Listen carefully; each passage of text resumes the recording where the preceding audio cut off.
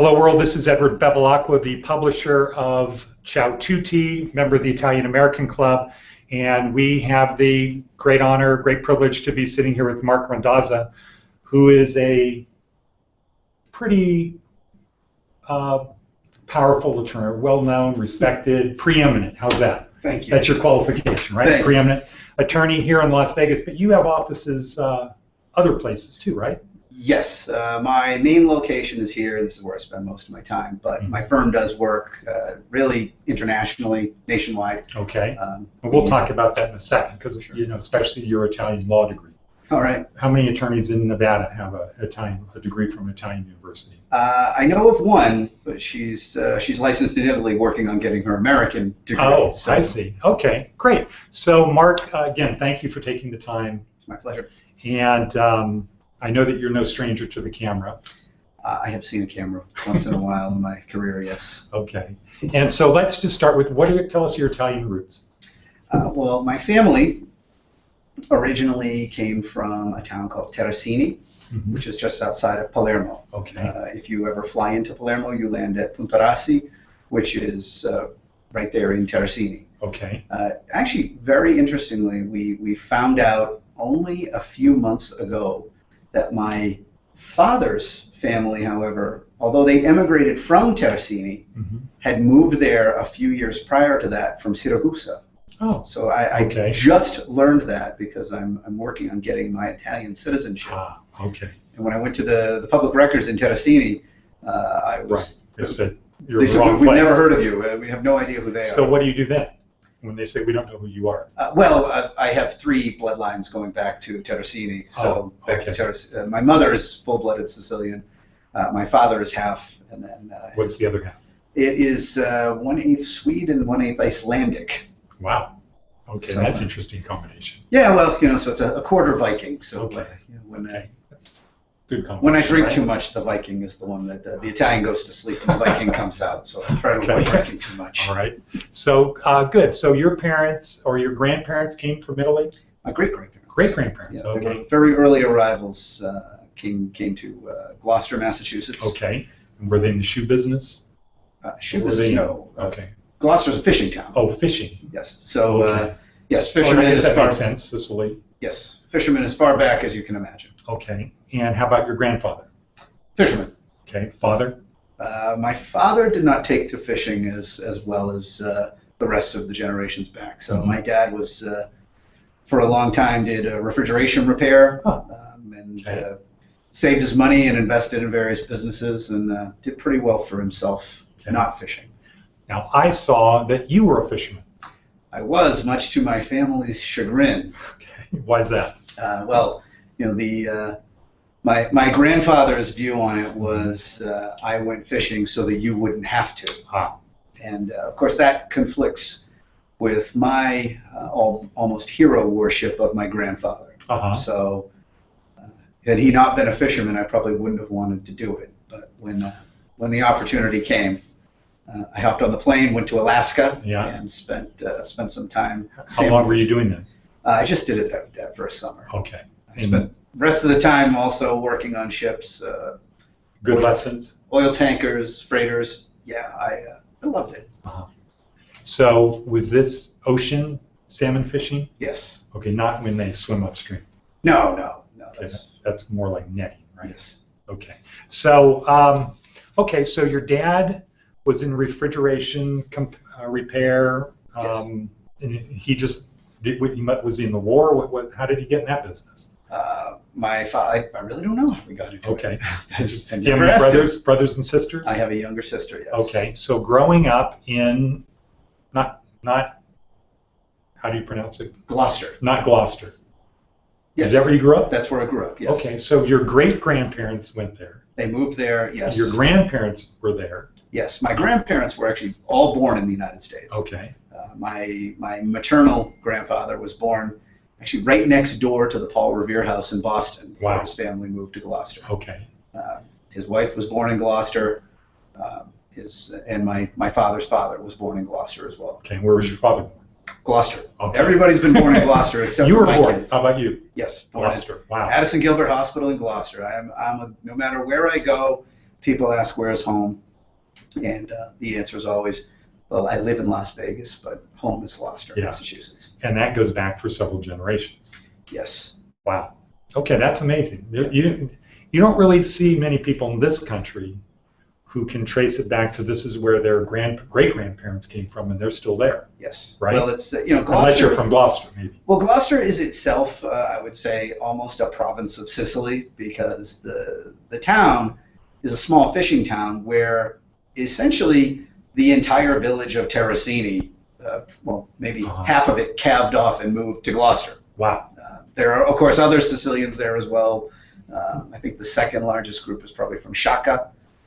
But it's when you are in Terracini, if you wear a Gloucester T-shirt, you will not be able to walk for more than 5 minutes without being stopped and spoken to by somebody who will say, "Oh, I have cousins in Gloucester. What's your name?" And then next thing you know, they'll play this game that we play in Gloucester called "Whose Are You?" Meaning, whose son are you? Whose grandson are you? And by the time you get to the end of the block, half the block will have claimed you as a cousin. Wow. So the weather in Gloucester is not friendly during the winter? There's no such thing as bad weather, just inappropriate clothing. So as long as you're wearing something waterproof and warm, it's wonderful. So is that like, do they wear the stuff like you see in Long John Silver commercials? No. They don't wear those hats, this sort of... Well, I mean, it's they're not wearing Bahama shorts in the wintertime, and probably not good for growing mangoes. Okay. But great weather for pulling cod out of the water. Is that what I was just going to ask? Is that the fish?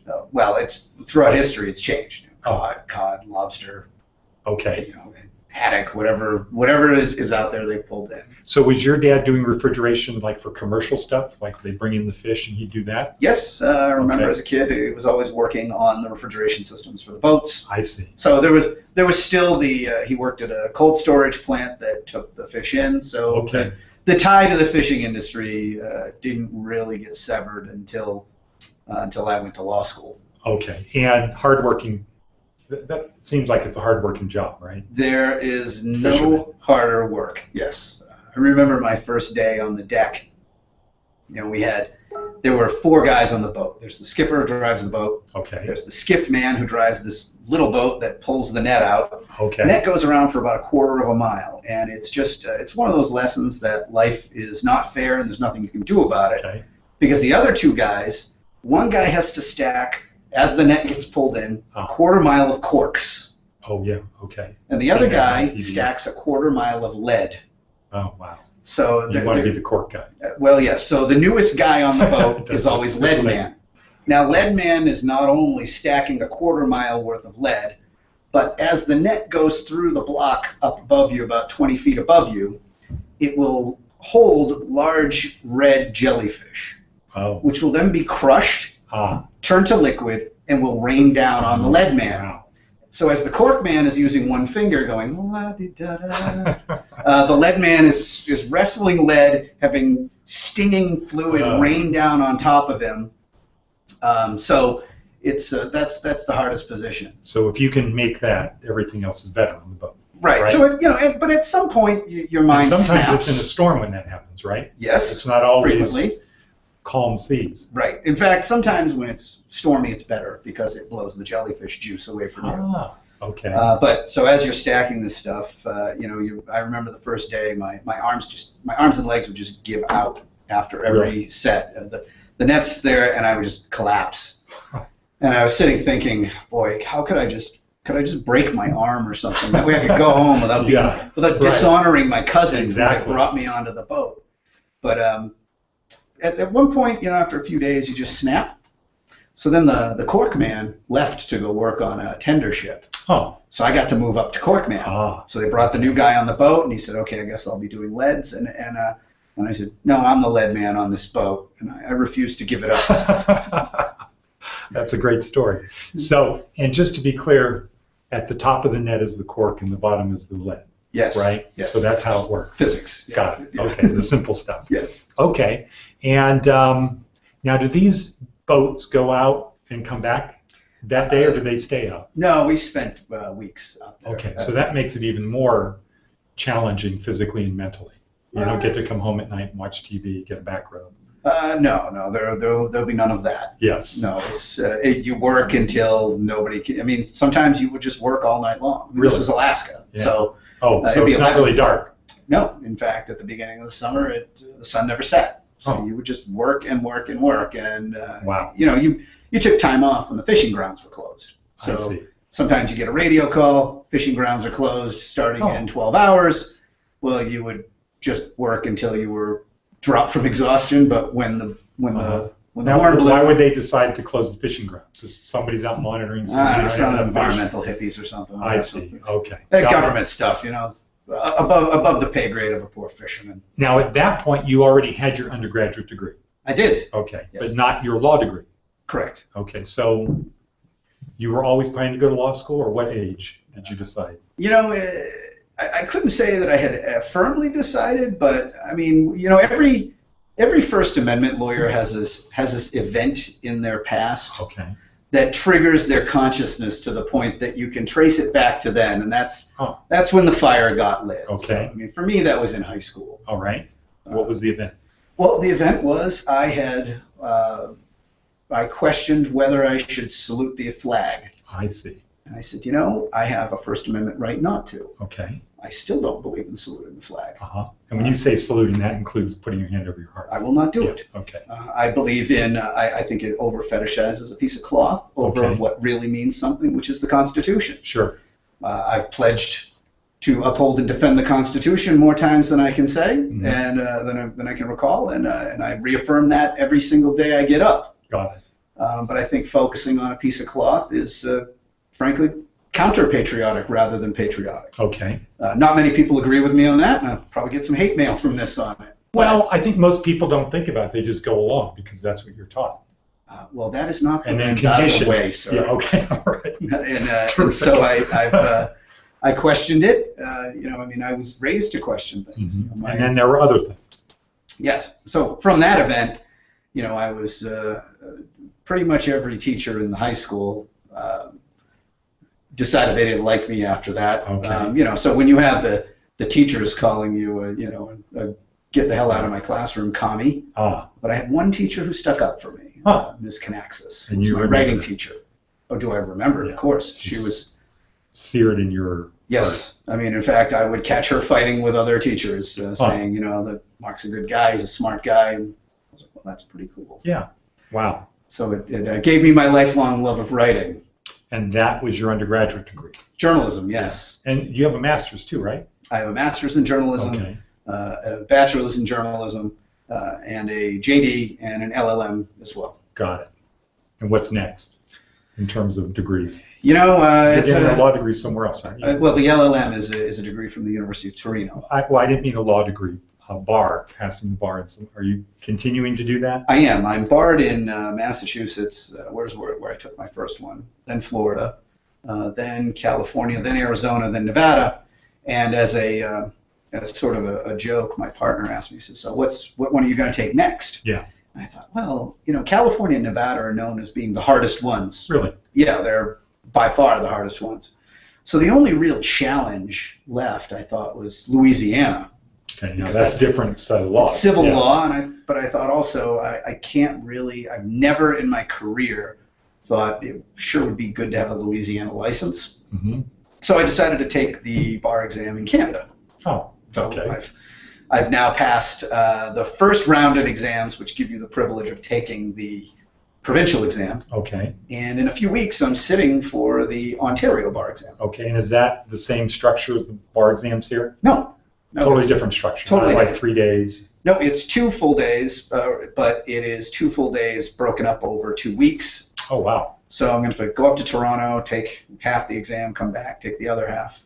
Okay, so you passed on Louisiana? I didn't take Louisiana. Yeah, you just decided what's... Yeah, I did. I just decided. If I need Louisiana, there's plenty of really good Louisiana attorneys out there who can be my local counsel. Okay, so growing up, what lessons besides hard work did you learn from your family? Well, to question things. Okay. That was that was something that my father, I think, inadvertently gave to me.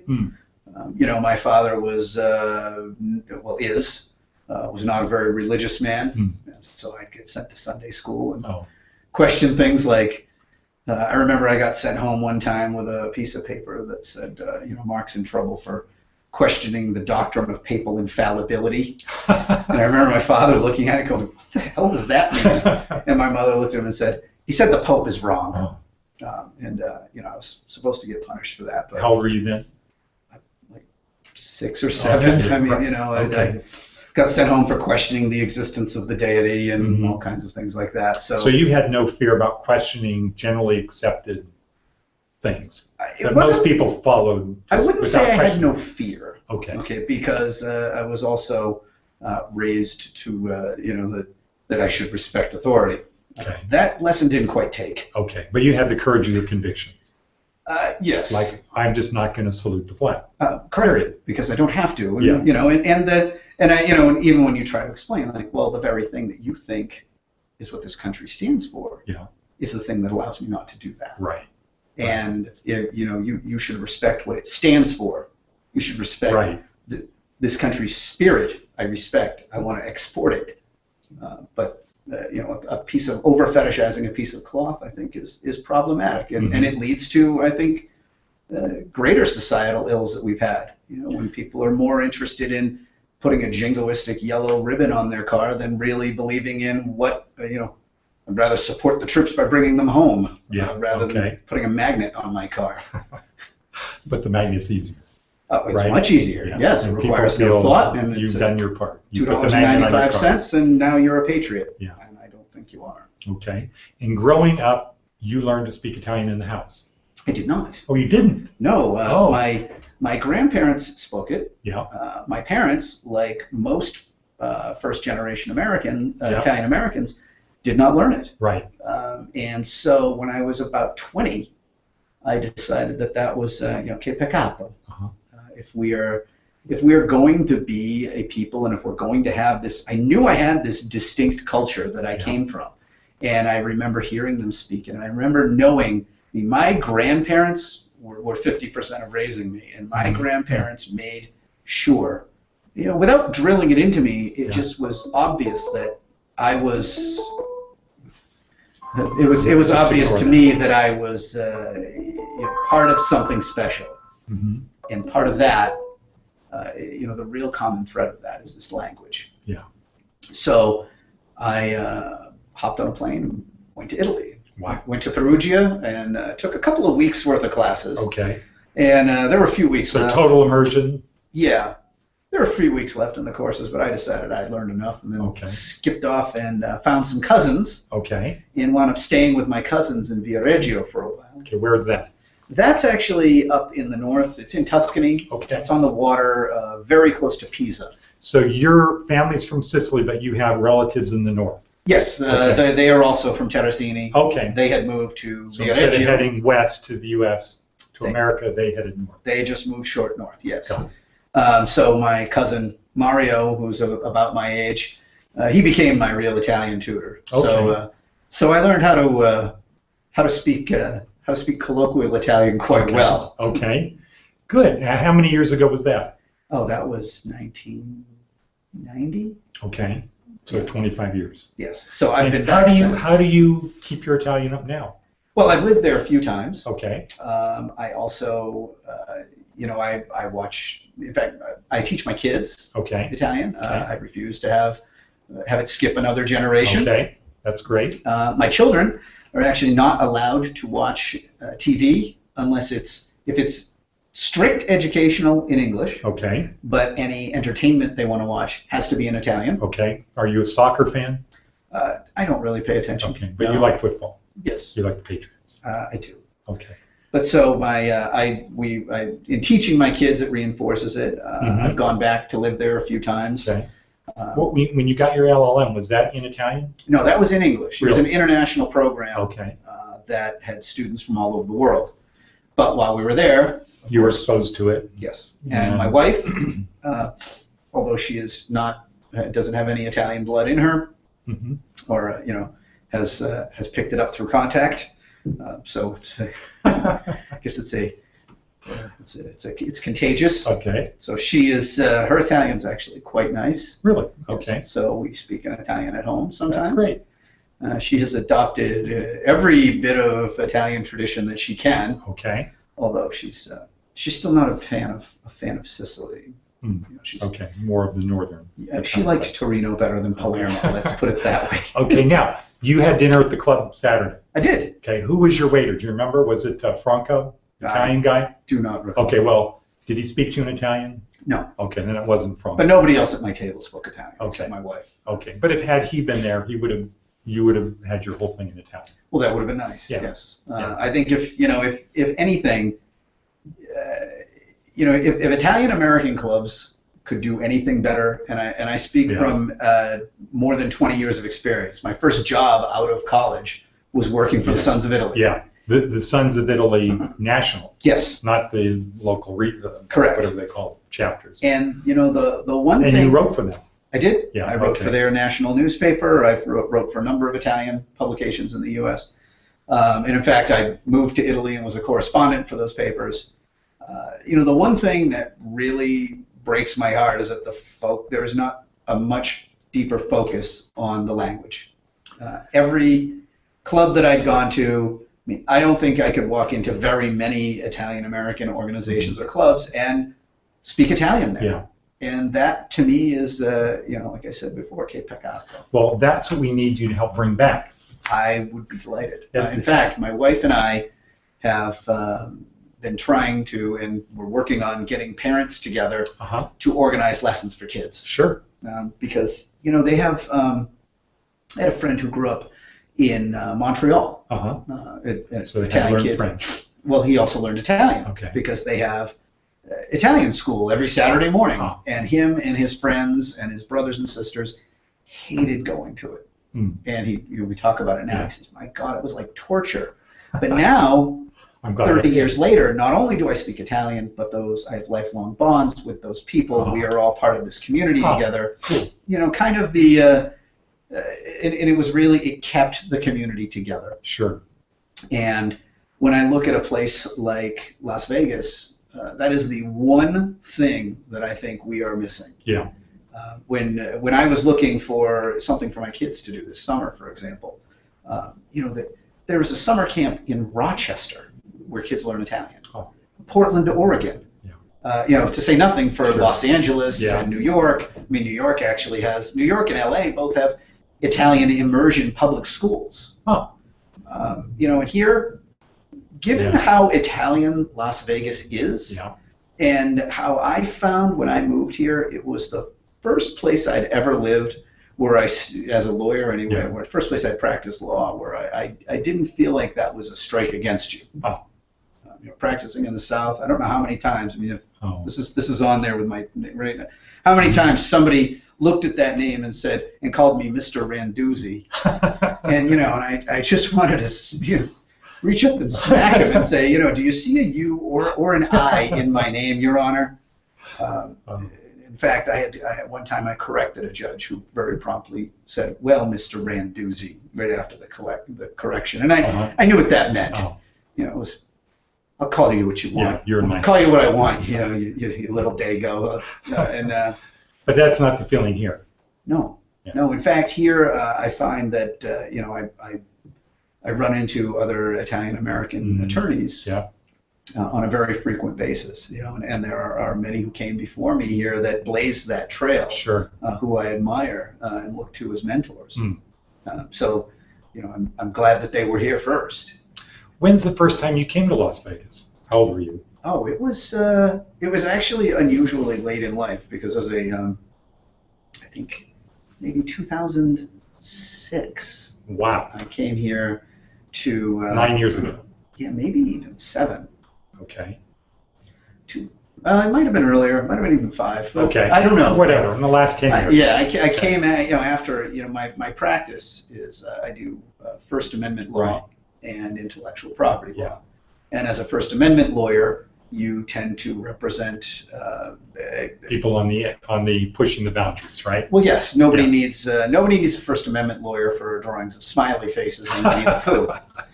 So I tend to represent a lot of adult entertainment companies. So I came here for a speaking engagement at the Adult Video News Awards show. So That was my first. Okay, so you flew in. You Yes. didn't drive. No. You flew in. You heard about Las Vegas. Yes. A little bit excited about, like, now I'm going to see what this place is like. Yes. Okay. And did you fly in at night or during the day? During the day. Okay. Yes. What part of the year? Spring? It was in January. January. So Yes. right around CES. Yes. Okay. So you flew in. Yes. What, you remember that day? I do. Okay. And how did you feel when you got off the plane and you were here? I despised it. Really? I thought it was the most god-awful place I'd ever been. And every time I came for business, Yeah. I felt the same way. Okay. Spending 3 days without seeing the sun. Because you're indoors. Yes, you're in this conference center. You're in this hotel. You're walking through clouds of cigarette and cigar smoke everywhere you go. I felt like I had been in a coal mine. And every time I went And home, where you grew up is a small town, relatively, or what's? relatively, but not far from Boston. Okay. So it wasn't All right, really so a big you- city. So okay. I always hated coming here for business. And if you were here for CES, there were just thousands, Yes. hundreds of thousands of people here. Yes. You're waiting in line for everything. I You're found it- pushing your way through. Yes, it was horrid. Okay. However, So then something turned the corner, though. well, what's funny is, look, I'm in a very small minority of people who don't like coming here for vacation. Okay. And please come here, please gamble. I like not paying state income taxes, so please lose some more money. Oh. But it's a great place to live. Yeah. I actually love. Right now where I live, I live out in Summerlin, Okay. and it is peaceful and quiet. That's why your office is here? Yes. Okay. And I walk out into the parking lot here, and there's the mountains, which are covered in snow most of the year, and we're close to Mount Charleston and Red Rock Canyon. And funny, when people come to visit me here, I usually tell them, okay, I'm going to show you a really good time. Okay. And they presume, Yeah, well, on the strip. Marco, the adult entertainment lawyer, oh boy, a good time. I better flush my liver and get my disinfectant. But then I wake them up early in the morning and drag them out to Mount Charleston or out to Red Rock Canyon, and they see the beauty, the natural beauty. That's Sure. here. Oh, yeah. What about the lake? You ever go out there? We do, yes. Okay. But I mean, But that's nothing for you for water. That's kind of like to me, to water. It is, yes. Yeah. And but to me, Mount Charleston is sort of my happy place. Okay. I love it up there. So it is to me, and I know I'm unusual. So what was place it that turned the corner for you? Well, living here, there were business reasons to move here. There were. Very I had practical reasons. my biggest client moved here and asked me to move here with them. Okay. But the thing that really made me love it here was when I moved to Summerlin. Okay. And funny enough, Everything's new. well, I lived in the Southern Highlands for a little while. But this is different than Southern Highlands. It is. When we moved into Southern Highlands, our kids were really little, and my wife was very excited because as we drove into the community, we saw so many people with baby strollers. We thought, how wonderful! It's full of children. But no, the strollers are all full of dogs.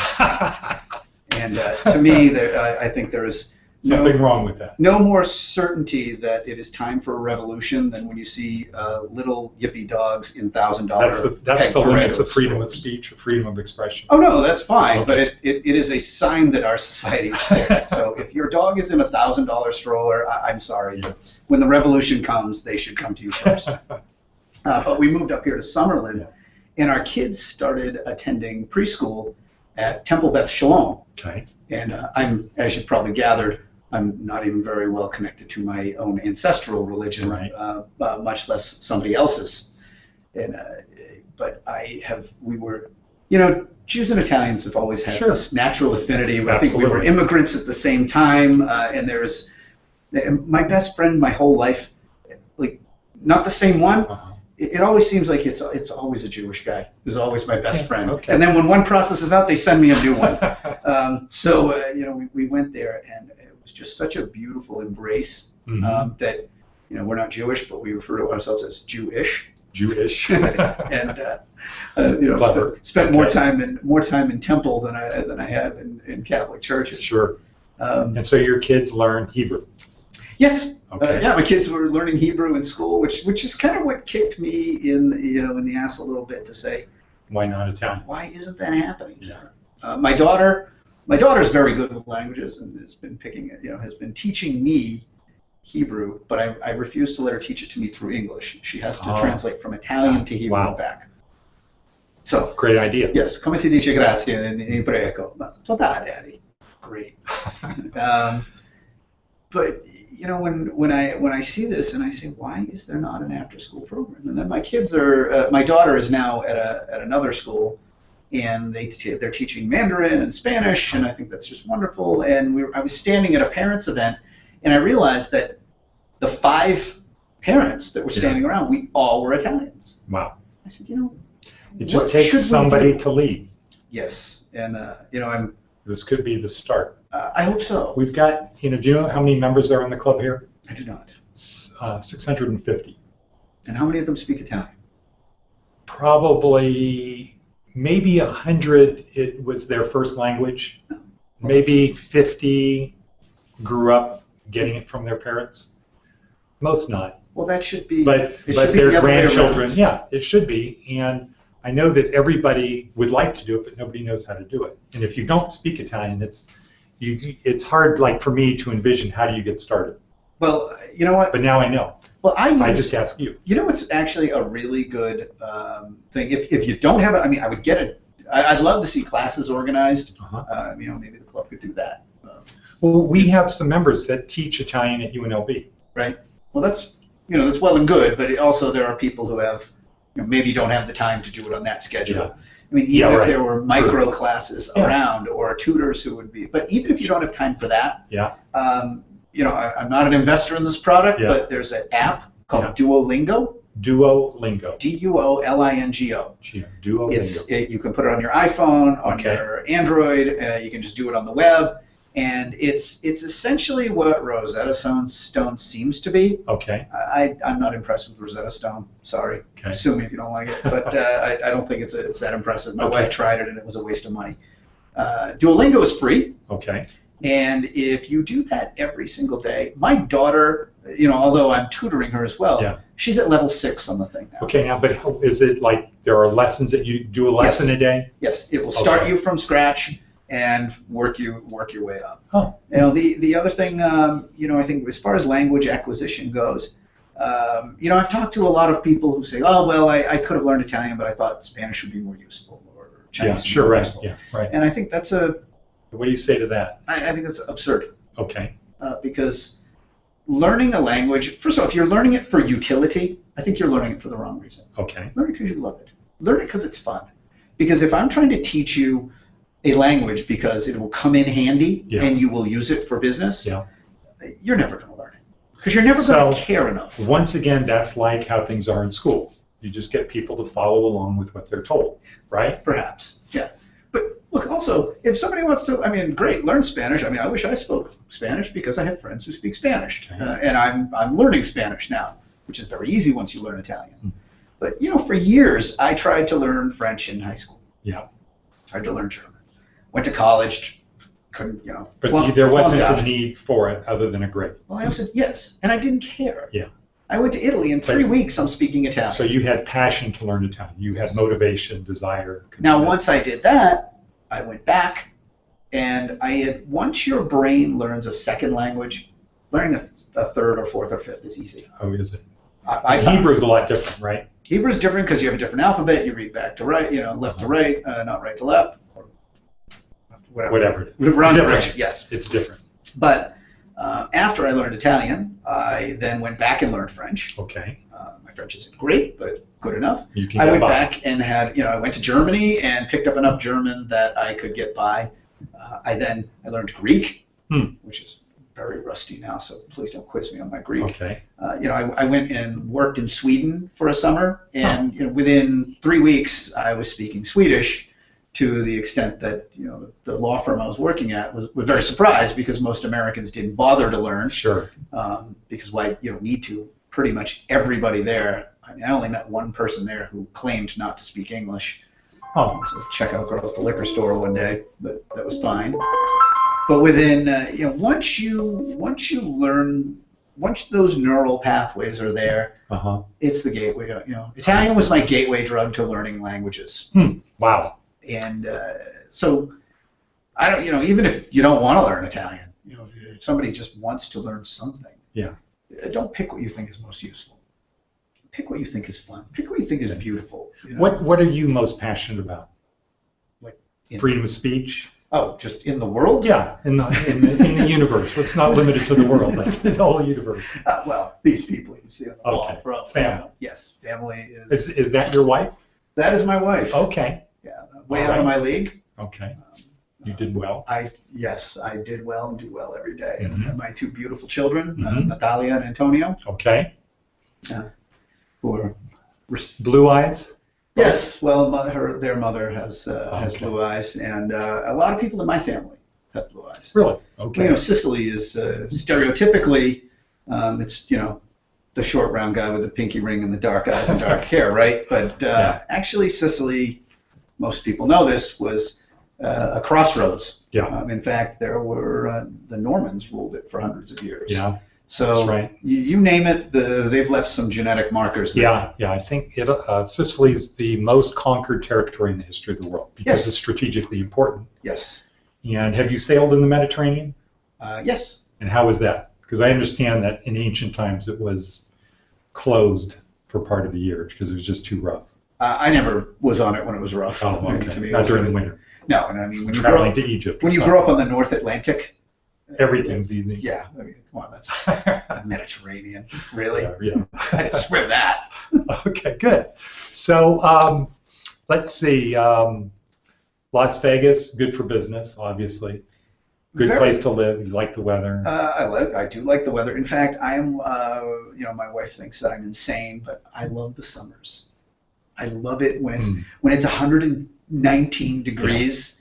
I'm absolutely thriving. I think it's probably because I'm part lizard. Okay. You know, Cold-blooded. Yeah, I think that's it. Okay. You know, I love the extreme heat. And look, when it gets too hot, we go up to Mount Charleston. Yeah. And 70 degrees. And you have grown up tolerating the cold. That hasn't left you, right? Oh no, I hate it. Oh, you do. But you, as you said, it's just you wear different clothing. Yes, but I was really being facetious. No, I don't like the cold. I don't like the damp. So leaving that wasn't a problem.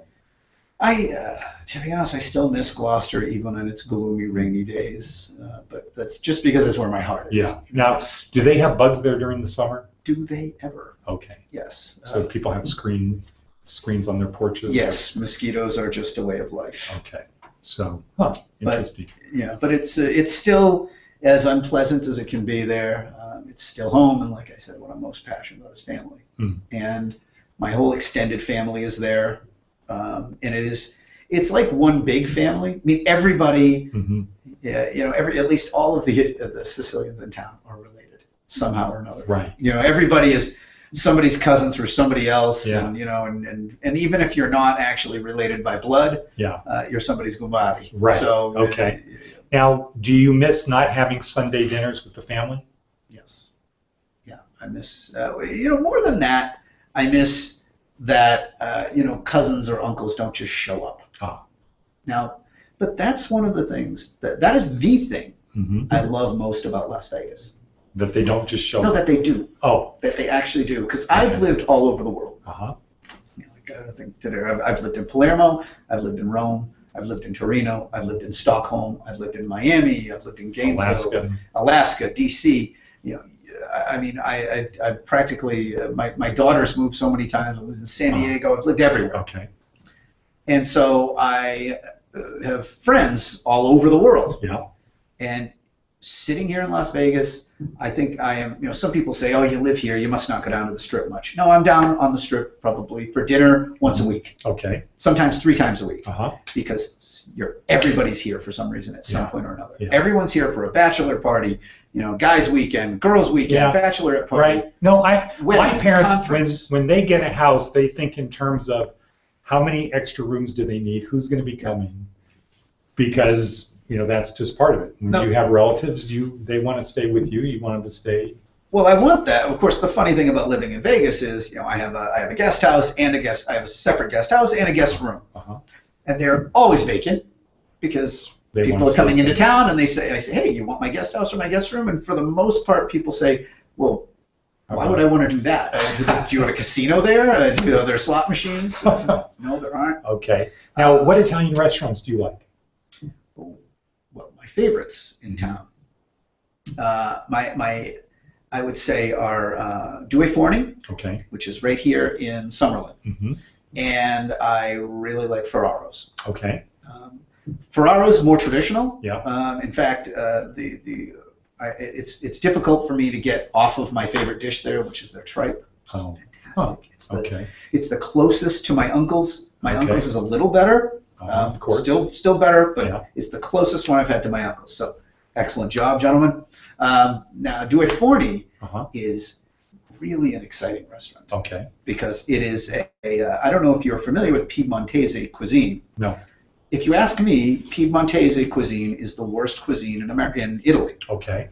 I guess that's why I don't know about it. Yes, it is. It is Italian cooking with all of the passion sucked out of it. But Due Forni is really like leans to a Piedmontese cuisine, Okay. which you would think is terrible. Yeah. But then they infuse it with that passion, that love. Okay. They make a carpaccio that instead of being, I say carpaccio, you think of it flat little things. No, they make it like sushi. Huh. So they roll the carpaccio around these mushrooms and put truffle oil on it. I mean, they throw truffle oil on the most fantastic things. I mean, it's just, I love the place. Their lasagnas, they do them in a little skillet, which they then throw in the 900-degree oven so you get the burnt pieces on the edges. Yeah. So, yes, Due Forni.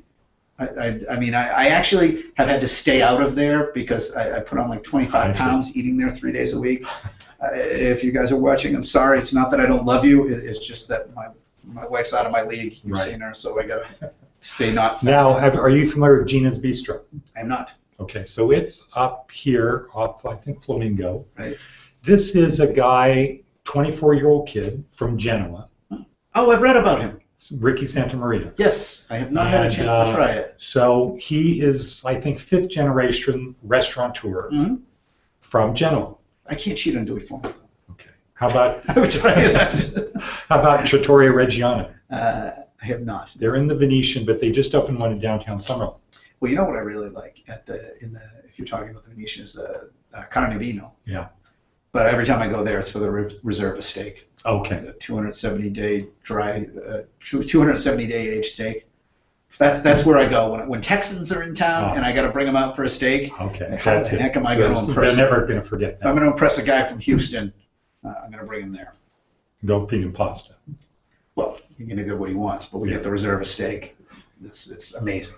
Okay. Good. What about pizza? Due Forni.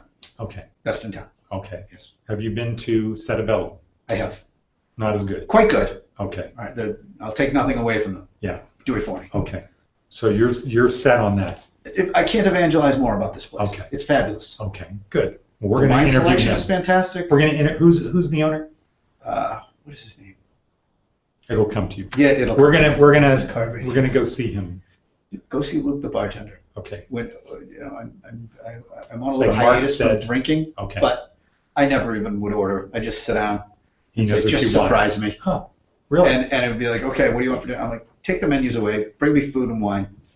And every time, the guy's like a pharmacist more than a bartender. Okay. Well, we're going to use that. So I have one last question. Okay. Sauce or gravy? Sauce. Okay. Actually, zugu is what we call it. So we don't call That's it. what you brought? Yes. Now, what is that? What's the translation of that? Sauce. Sauce? Yes. Not salsa. Sugo. Sugo. This is in Italian, but in our dialect it would zugu. S-U-G-O? Z-U-G-U.